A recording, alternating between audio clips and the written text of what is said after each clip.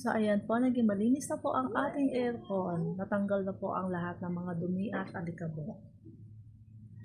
Thank you for watching po at salamat din po sa naglinis dahil nagkataon naman na nakita ko siya kaya naipalinis ko na rin.